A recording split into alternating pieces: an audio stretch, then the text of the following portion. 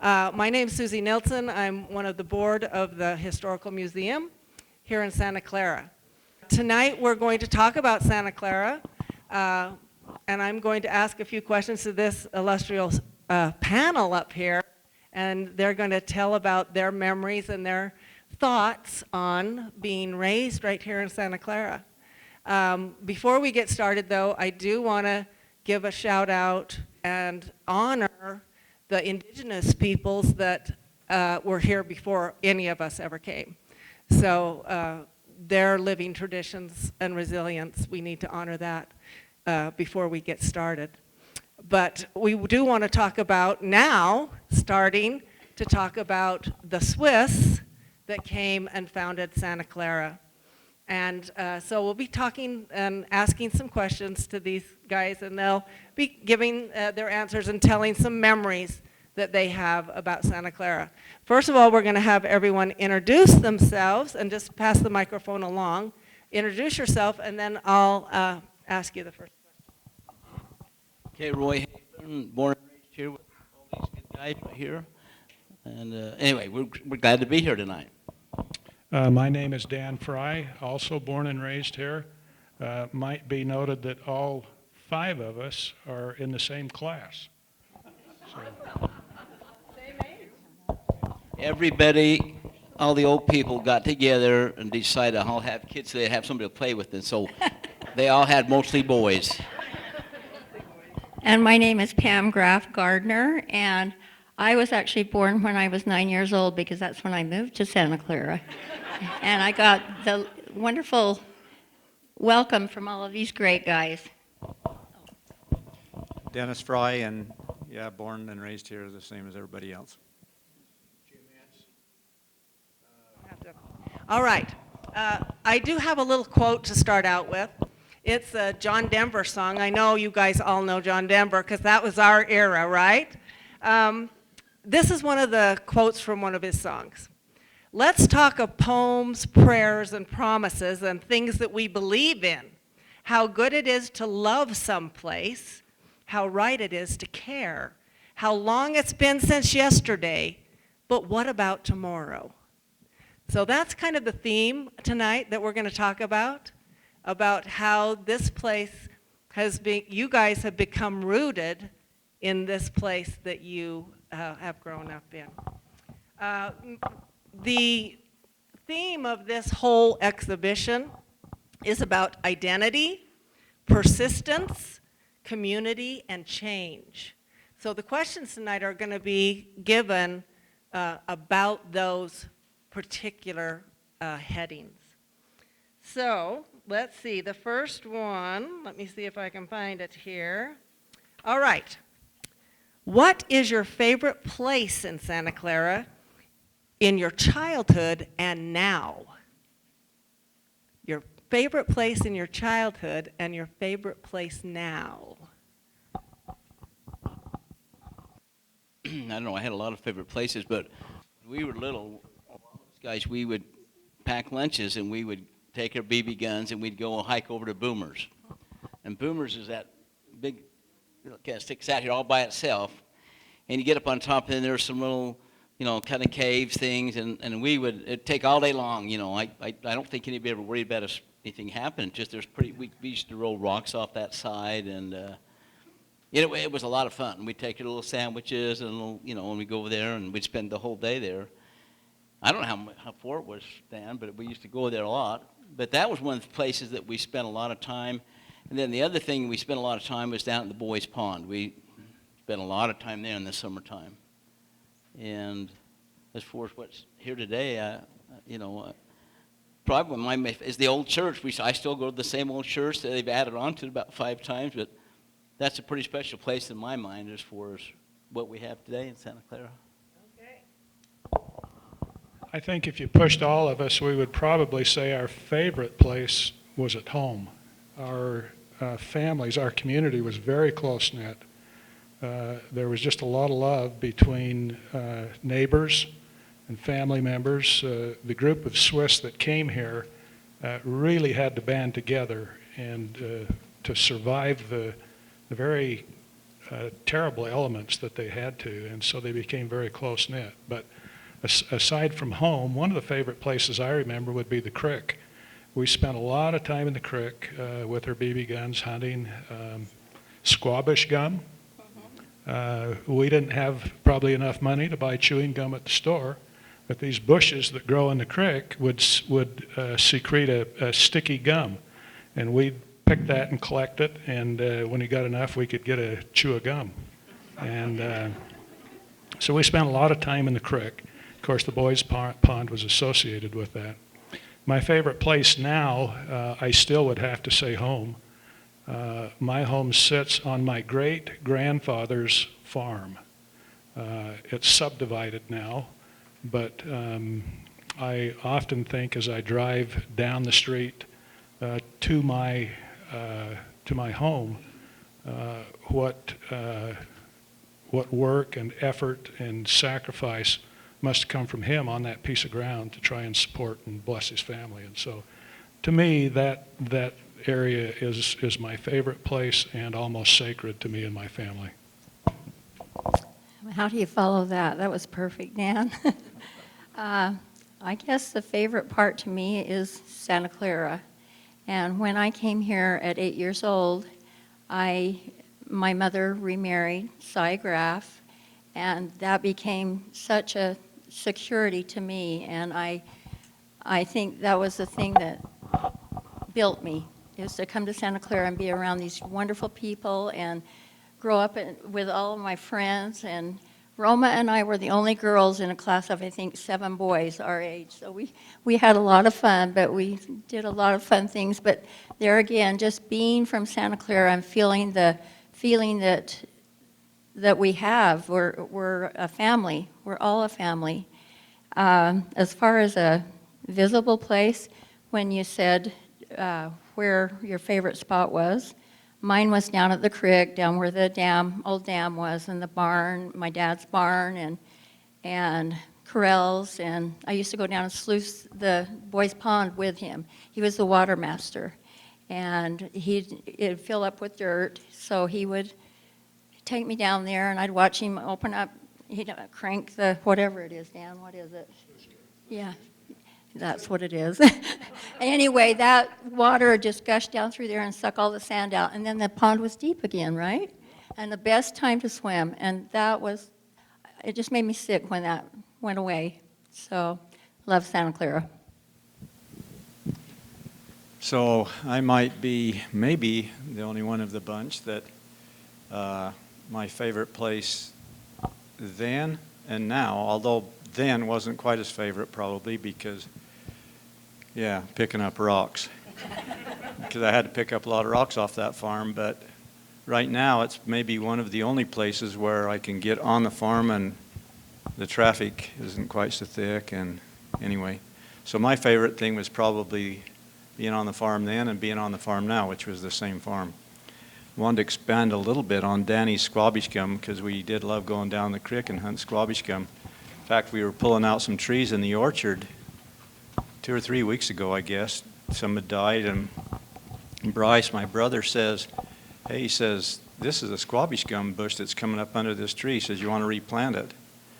And I thought about it. I thought maybe I would, but Dan didn't expand on the gum. The gum was a little white type of gum that was in the fork of the tree, and sometimes bird poop looked exactly the same.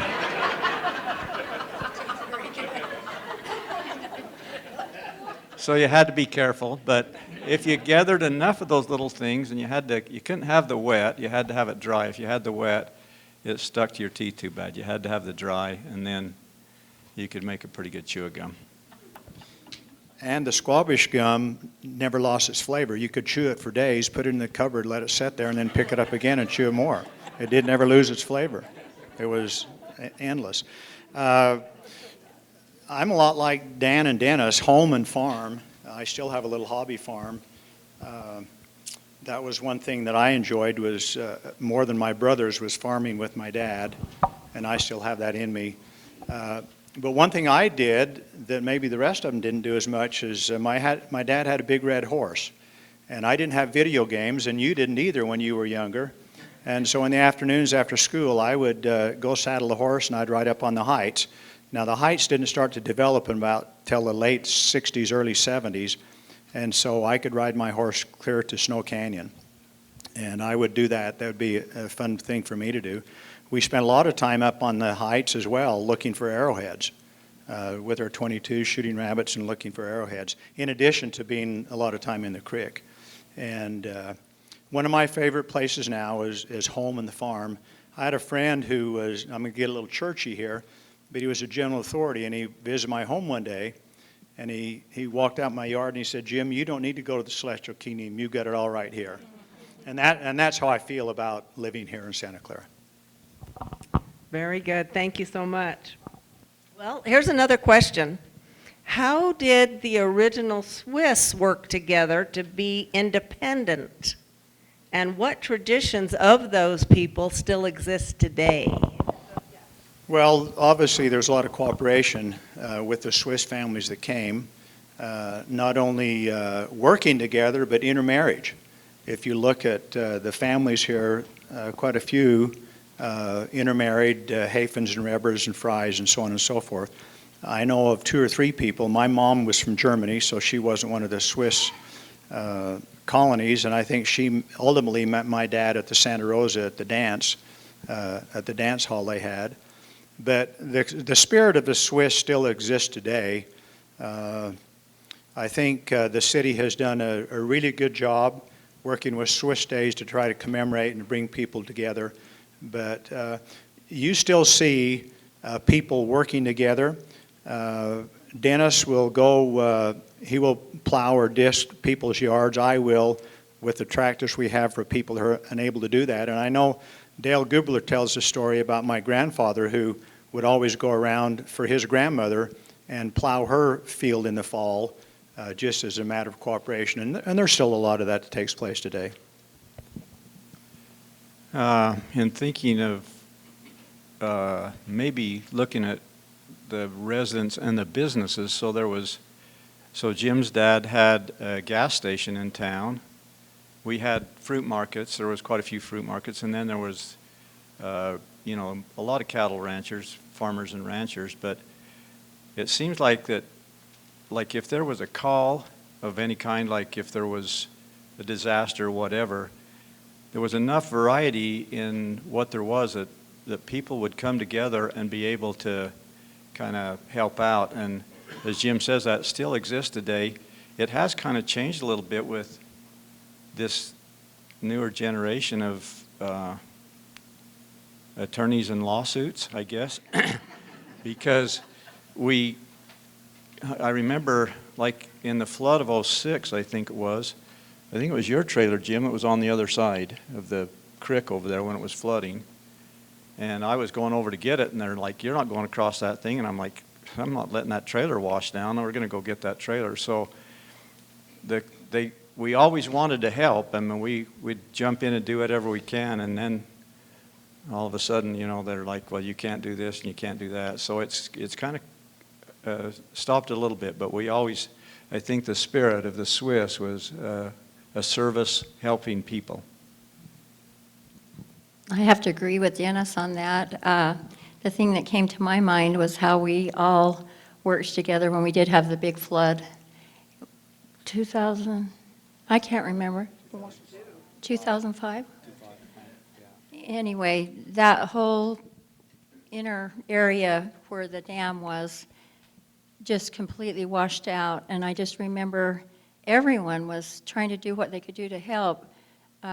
Jeremy Johnson was flying his helicopter, and everyone was trying to do whatever they could do to get that water to change the channel. And they worked hard at it, and finally it began to come loose. But that's the feeling I get. I feel like the Swiss were the same way. They had floods.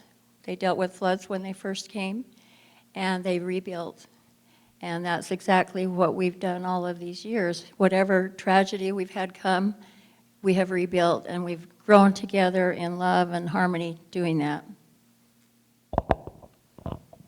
Maybe just a real quick story that illustrates how those people cooperated and supported each other. Dennis and I are first cousins. We share a great grandfather, Jacob Frei, who was the first baby boy born in Santa Clara. Now, they say there were a couple of little girls born before, but he was the first baby boy born in Santa Clara. Jacob grew up, got married, and when he had 2 children, he was called by the Mormon Church to go back to Switzerland and serve a 2.5-year mission. So if you can imagine, and on top of that, his wife was pregnant at the time. So if you can imagine leaving your wife, 2 small children, a pregnant wife, I should say, and leaving for 2.5 years. Well, the slack was picked up by neighbors and friends and family, and they worked our great-grandfather's farm and made sure that our great-grandmother and our great-uncles were fed and were able to survive. Now, to carry that even further, after Jacob came home, some years later, when he had 9 children, he was called for a second mission and left home. And again, the slack was picked up by neighbors and friends and loved ones, and that family survived by others chipping in and serving on their farm. More recently, as an illustration as to how people survive or how that still works, I agree both with these 3 that still there are many of us who have little hobby farms and orchards, and those who have equipment are forever tilling or plowing or spraying the fruit for those that don't, and it's just a way of life, I think, that was carried on from our ancestors. The graveyard, the cemetery that's on the hill, many of you may not know that about 2 or 3 feet down there's a very hard pan that runs pretty much under that whole Santa Clara Heights area.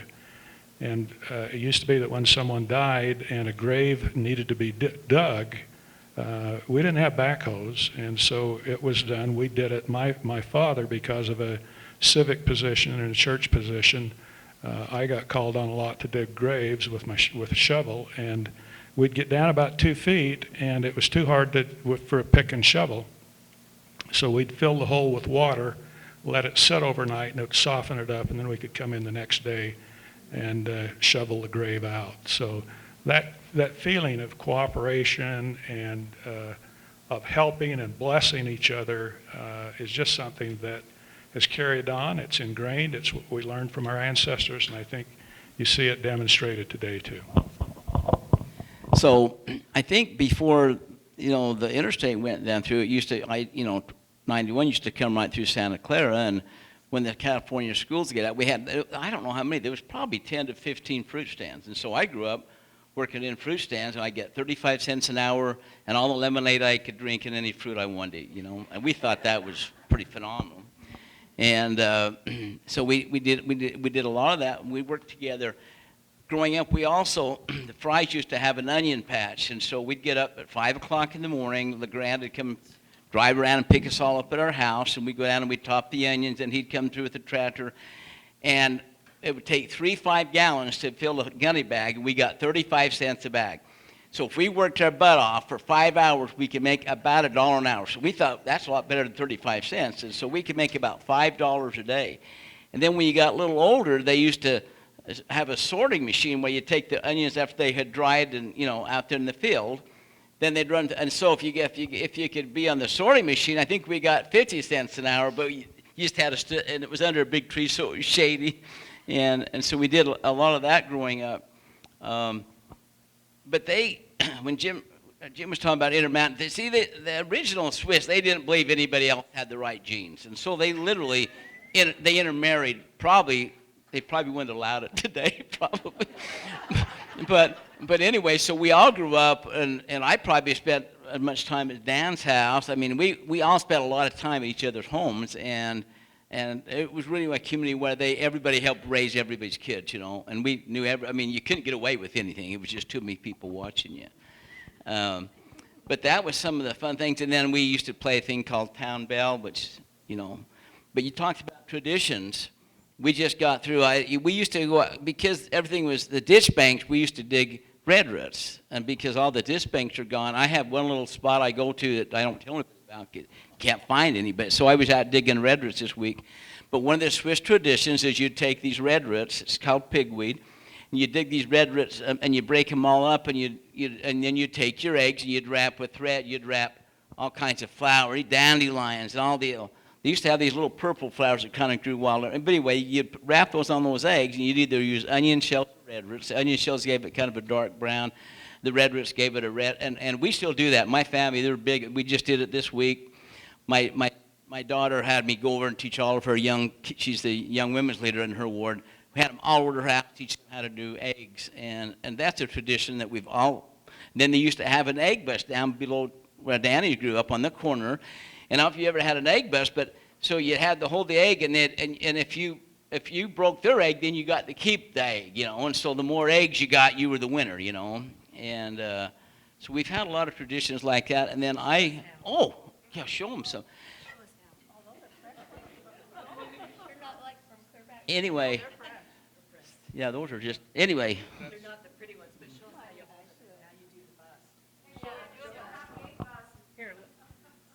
Okay, so like if we was going to do an egg bus. Okay, the way you do the bus, the egg has one end that's more pointed than the other, one end is more rounded.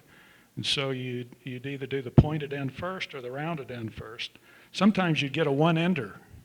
You might win a dozen eggs with it, but it was not uncommon to go home sometimes with 4 or 5 dozen eggs, and we'd eat deviled eggs for a month, it seemed like. So, but tell us. Okay. So you'd hold it like that. You didn't want them to hit the side of your egg. So you Okay, only give them a little spot. You have the pointed end up? Yeah, that's the pointed egg. Let's see. Okay. It's not real pointed, but it is. I just beat his egg. See that? All right, now you turn it over. Oh, okay. We each won one end. Now we'll do it again, and whoever breaks the other one's egg this time gets the other egg. Typically, the pointed end is stronger than the round end. He won. But that's how you would do that, the egg bus. And it's pretty exciting. I should have brought some. We just.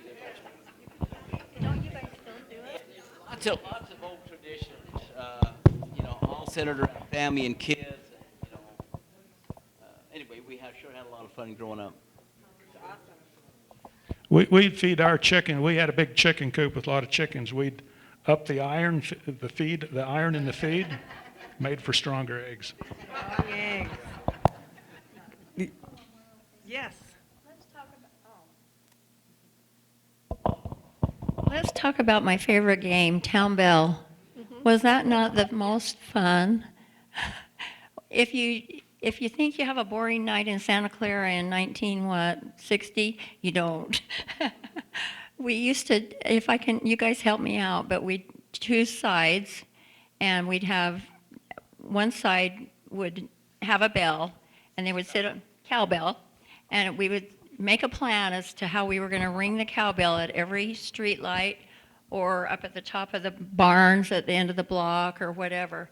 So we only had from the church street, from this whatever it's called, Santa Clara Parkway, from the corner of the church down to Jim Ence's house, right? 2 blocks. And then back to the back, where the back barns were. And you always wanted Gary Hafen on your team because he was so fast. And anyway, we'd choose up sides and we'd get a plan of attack and decide where we were going to go and try and slip the guy with the bell to sneak away and make him think he's going down the street. It was pretty. So the points were 2 points in front of a street light, which was sometimes just a light bulb, but a street light was worth 2, and the back of the blocks were only worth 1. And then if you was at the old school, like if you got caught somehow inside of the thing, you couldn't throw the bell over the fence. Like if somebody was chasing you, you couldn't throw the bell over the fence. You had to somehow get away without, you couldn't, the bell couldn't leave your hand like that. You could pass it off, but you couldn't toss it over the fence. I remember one time running behind Dan's house, and there was a field he had a field there between him and Ralph Hafen's, ran right into a fence, just toppled completely over.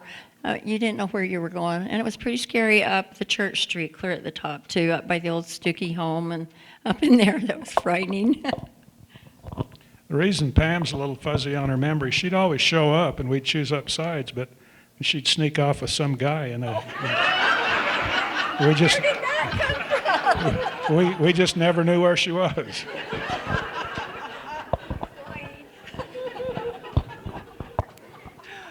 So this town bell game was played in the pitch dark and the night time. And who invented it?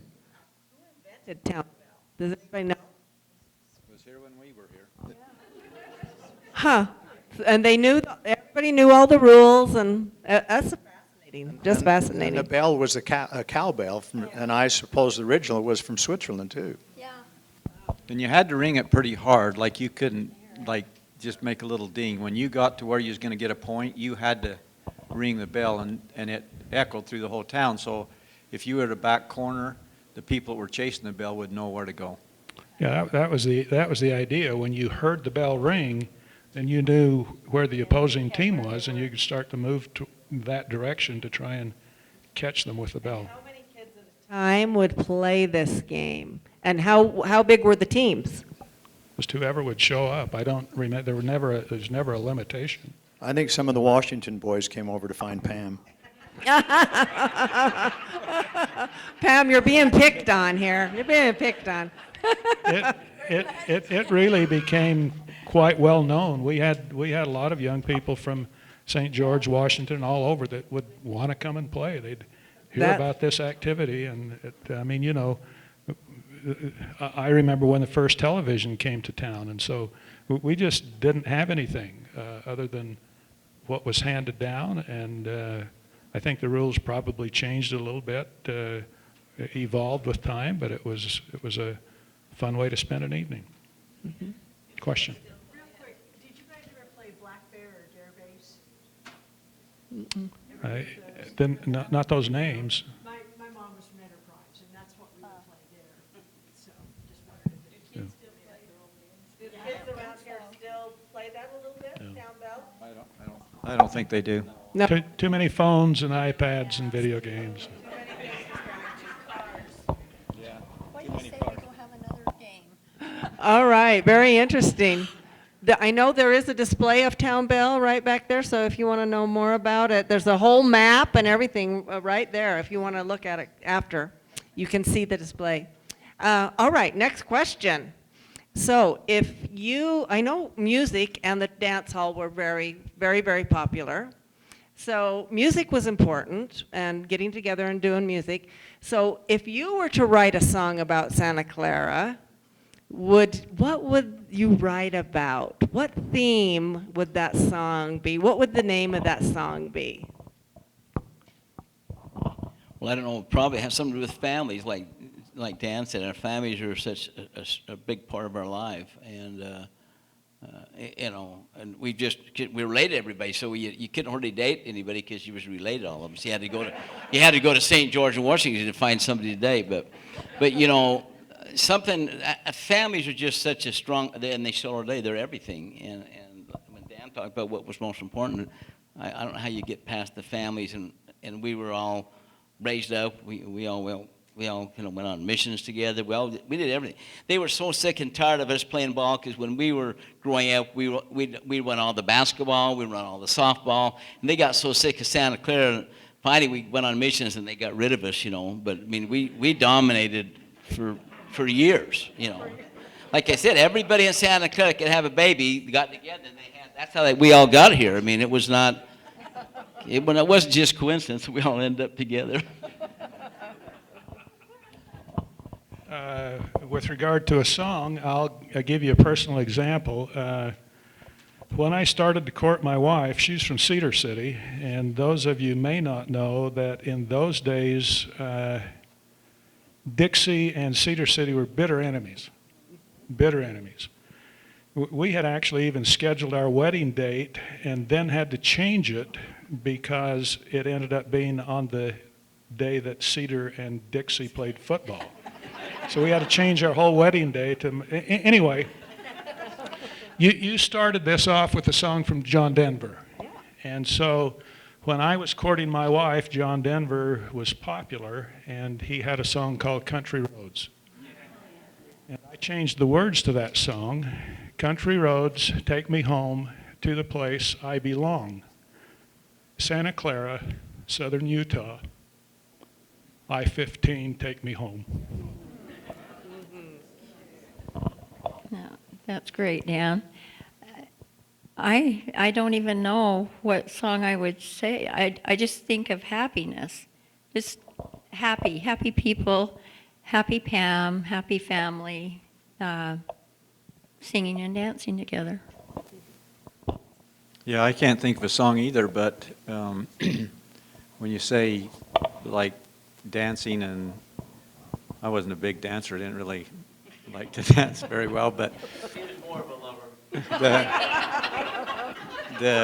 so the old school building that we went to school in elementary, the old school building had kind of a gymnasium on the top floor, and that's where they had the dances and that, and that's my memory of most of the dancing probably I did in at least the elementary school was up in there.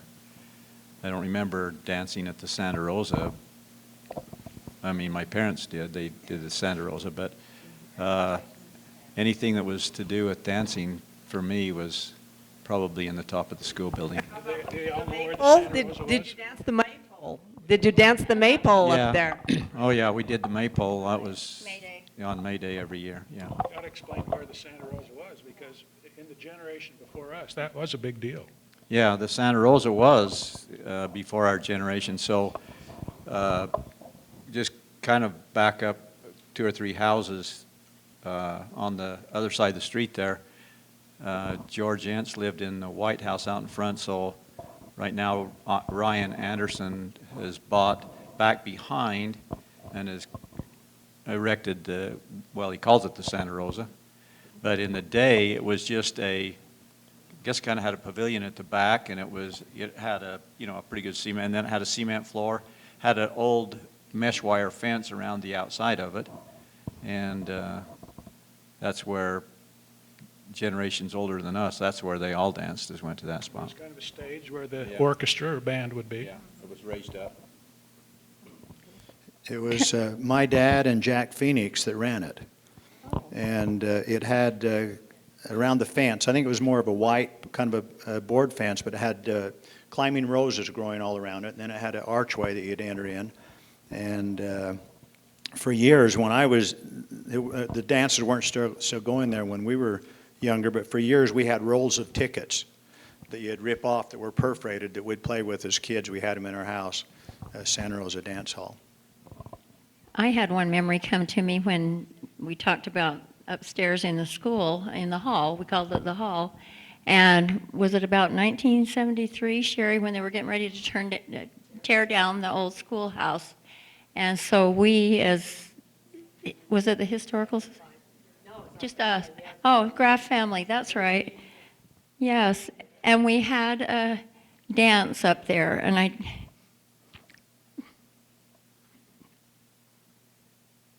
remember my mom and dad dancing and how sweet that was, and just the feeling that we brought that back to life, knowing it was going to be torn down.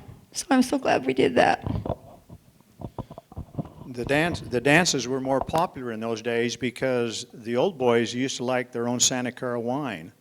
But as they got religion, they stopped drinking their wine, and they didn't dance if they hadn't had their wine. So I just thinking about music. I'm not very musically inclined. When I was young, I took piano lessons from Ramona Hafen, and I made it so miserable for my mom, she finally let me quit. But two things about music. Of course, the homes nowadays are big, but I had 3 brothers. We had a 3-bedroom home, and my brother and I slept in one room, and I remember we had a radio on the nightstand between 2 beds, and he would always turn it on, and we listened to KOMA at night. And maybe some of you remember that. But I guess is there a song called Home Sweet Home? Oh, yeah. If there is, that's probably the song that I would think of. Okay, very good. As I was thinking about this, I only lived here 17 years, so, pretty young in my Santa Clara time, but I've been here through 2 floods. So I thought that maybe the song I would say is, Lord, how high is the water rising? 10 feet high and rising.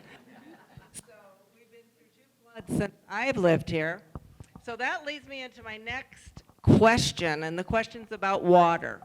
And as you know, everybody knows that the reason Santa Clara's here is because of the creek, which is now called the Santa Clara River. And that's the whole reason that this little village is here.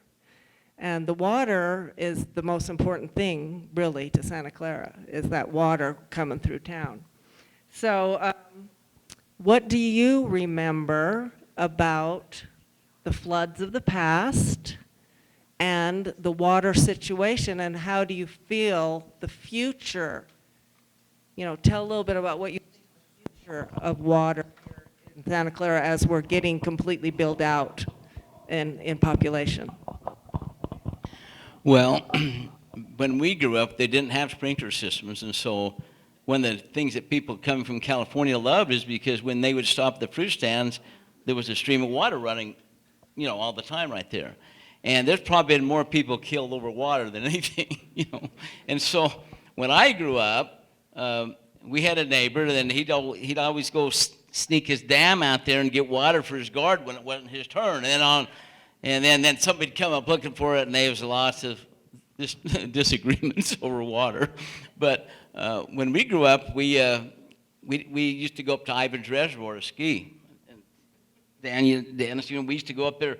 In high school, we went there every day because we was out of football. So we'd go up there and we'd ski. And, sometimes it'd be 10 or 15 boats on little Ivan's Reservoir up there, okay? And it was pretty dangerous, Hey, Roy, stop just a second. I want to tell a story about you on that one. Okay. So the boats we had, you're thinking boats, but the boats we had, like we might have had a fishing boat that had a 35 horse on it or something, We didn't have much, but Roy, they bought this big, it was like a tub, a big. We called it the Ark. Yeah. And it had a pretty good sized motor on it, but yeah, I think it did have 2 motors on it. But anyway, we'd go up to Ivan's Reservoir, and it was small. I mean, like when you'd ski in and out of the bushes and around and all that kind of stuff. Well, Roy was he was a little heavier than he is right now, and we used to start off the shore. So we'd put 1 foot in the water and lift the ski up and put it on the top, and the boat would go out, and we'd tell it to hit it, and we'd take off. Well, the boat didn't have enough horsepower to pull Roy. So Roy, he'd get the boat out to the end of the string, and Roy would take and pull the boat backwards by the rope, and he'd coil it up, and then he would say, hit it, and he'd watch the coils go away. Well, he took a step and stepped through the coil. The thing grabbed him around the knee. Me and Brad were in the boat, and we're looking back, because he always got up, he never fell. We got back, and he's back there bobbing around in the water. I remember that. I thought I was going to die. But so we did a lot of that kind of stuff. But, with Gunlock, I think because the farmland's all gone, I think there'll be plenty of water because all the water that we used to irrigate with is going to be all used for culinary. So, they've done a pretty good job in the desert to be able to store as much water as we have. So, but anyway, growing up, water was a big thing, and like I said, we used to have that stream running right down the street. People had never seen that before. And then we used to water our lawns, and we'd put gunny sacks and get them wet, and we could channel the water. And that's how we water all our front lawns was off that irrigation. So we didn't have any sprinkler system. Yeah, and to emphasize that in the conservation of water, it went in turns as to how many shares of water you owned, and and the community irrigated 24 hours a day. It might be that your turn of water came at 1 o'clock in the morning or 3 o'clock in the morning, and on those days you'd irrigate all night, and then you'd work in the fields all day long. And it was a way of life. The saying in Santa Clara was that if you lived at the head of the ditch and had a sharp shovel, you always had enough water. But I literally remember when our head house ran out of water, and the few homes at the upper end on the west side of town had no water in their faucets. It wasn't for very long, but water was a scarcity.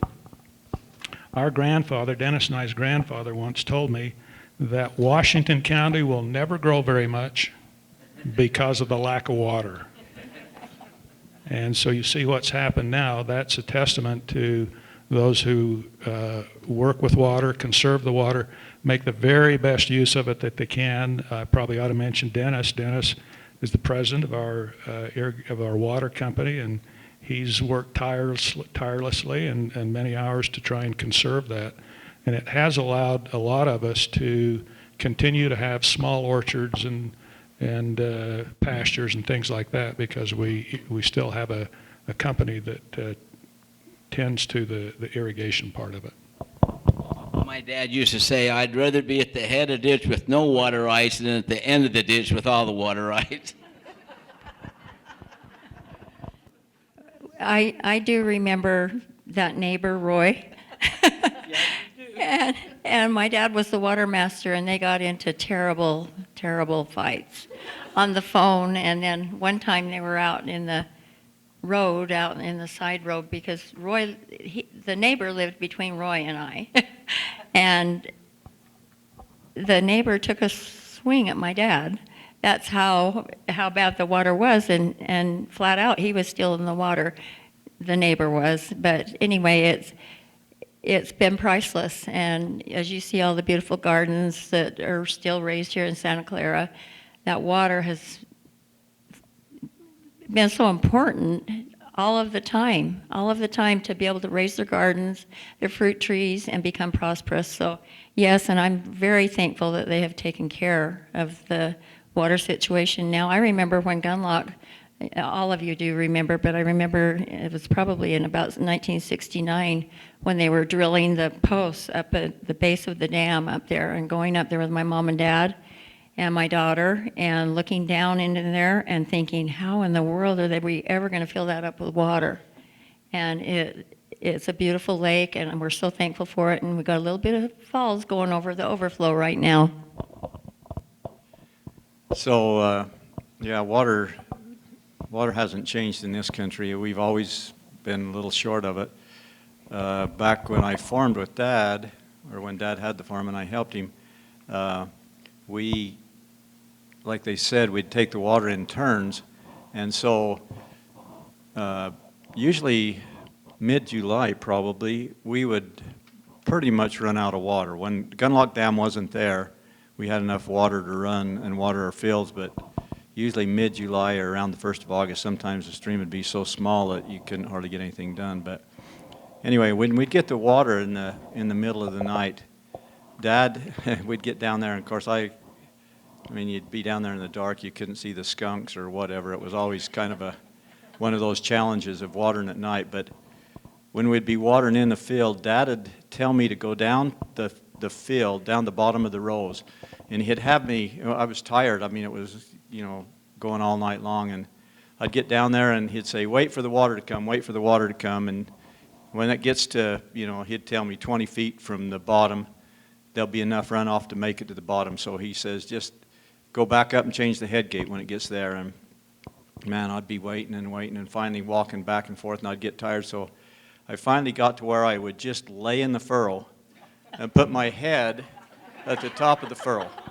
When the water hit my head, I'd get up and go change the water.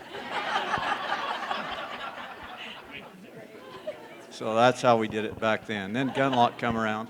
The reason why we have water the way we have now over before with Gunlock, I think we let out 42nd feet, I think is what we used to let out.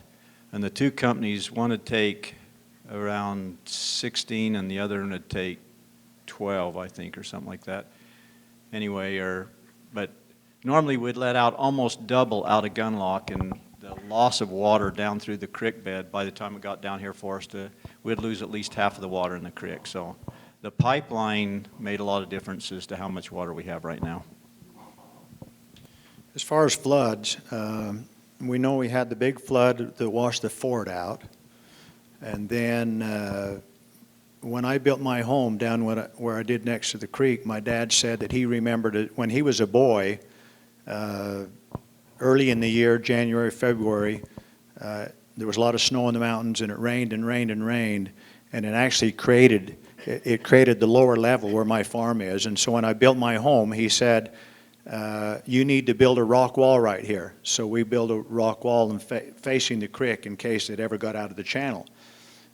We didn't have a lot of floods when we were younger because anyone that owned property along the creek would hire a cat to come in and clean the creek out and build the banks up. They'd push all the trees that were in the creek, and so we always had a straight channel. And so until the Corps of Engineers started to control that, and until we built Gunlock, every year we get what they'd call a freshet, which would be a summertime flood that would come down and kind of clean the creek out. But every 3 or 4 or 5 years, they'd hire a cat to come in and build the walls up. So as we were growing up, the floods always stayed within the banks. Another reason that they stayed within the banks, and you probably all remember this, wherever the creek would make a turn, they would take old wrecked cars and line them 8 or 10 at a time around a turn, and then they'd string a large cable through it and anchor it to the bank, so that as the water came down and made the turn, it would wash up against those wrecked cars and prevent the erosion from the banks. Yeah. All kinds of things that you couldn't do now if you wanted to. And we, most everybody burned wood, and people would go down the creek and cut up the trees for firewood, so you laid down a lot of trees just for firewood. Yeah, they'd keep the creek channel open and pretty well controlled. One thing that happened in '05, the flood, is because we built Gunlock, that made it great for water, but we didn't ever have the floods, and we couldn't clean the creeks out anymore. We couldn't put a cat in there. And so when those floods came, there were so many trees and things growing in the creek that when we put the pipeline in coming from Gunlock, we built part of it along the creek. And then when that flood came in '05, it breached the walls of the creek and got into where that new pipeline had been put in, and then that's where it really did a lot of damage because it got out of that. I'm just going to tell a little bit more about the diversion dams. We had 2 diversion dams where we'd take the water out of the creek. One was up at Big Rocks, and that was the diversion for 2 Santa Clara canals, one on the south side of the creek and one on the north side of the creek. And then where the Boys Pond was down below Chapel Street. That's where the lower company would take their water out of the creek, and that's where we had a diversion dam there. And what made the Boys Pond is when you take the creek water and it comes into a ditch, it fills up with dirt. And so rather than let the ditch fill up all the way down with the dirt, they would they'd have this hole, and the dirt would settle there. Then every 2 or 3 days they'd go, as Pam mentioned, open the sluice gate, and it would flood all of the mud out and create this pond again that would be a place for more of the silt to collect. And that was practiced until we built, it was about 2000 when we built the pressurized irrigation system, and so the irrigation ditches and the diversion dams became obsolete. Very interesting. Well, I really appreciate you guys being here. I have one last question for you. What changes do you see happening right now in Santa Clara? And what do you think about those changes? Are they good, bad, neutral, or are the changes inevitable? What do you think? Well, everybody in the whole world wants to live in southern Utah, so I don't see how we're going to change that. We have this historical district we try to keep down here, and we're trying to, hopefully we can keep that like it is. But boy, I'll tell you, it's not an easy thing. And I don't blame them. I mean, you go up there. I was just talking to a guy today, and he says, I was going to plant. He says, all my plants are in my garage waiting for the snow to melt because he said and I says, why my garden's all in, my tomatoes. And he says, well, I need to live down there. I love the garden. He says, well, you have to come down here, everybody else is, But I don't know, we just need to keep the traditions, but, basically, a lot of people I don't see any stop on what's, on the growth that's here, as long as we can kind of control it as good as we can and maintain the history like Swiss days and the things that we do. I think it's going to be good, but I don't see anything changing other than, there's just going to be more and more people here, so. Yeah, the changes really have been remarkable. From where we sit tonight, if you go down this street just one block and buy a building lot that is less than an acre, there's one for sale down there right now, $1.2 million for a building lot. And real estate is all driven by supply and demand. And as Roy said, there are people who want to live here, and people who have that money will do whatever it takes to live here. And it's probably inevitable. There are a few who, Dennis's family, for instance, with the fruit stand and the farm, that have hung on to things, but as the generations come, that becomes more challenging to maintain that. And so I just see that the growth will continue. The demand is there, and it's all driven by demand, but it's just extraordinary what has happened to value and the price of things in our little community here. I agree with Dan on that, and Santa Clara is a sought-after place to live. It really is, and even more down in the valley. And I feel so grateful to think that I've been able to grow up here and to raise my kids here and be a part of a community that loves each other. And I'm so thankful that we have Swiss days, and we did that for a reason, Sherry. We did. It was meant to be, and I'm grateful for the ability it's had to help others see what a beautiful place this is. And even though we celebrate the Swiss, it's every one of us here that live in this community that makes the community what it is.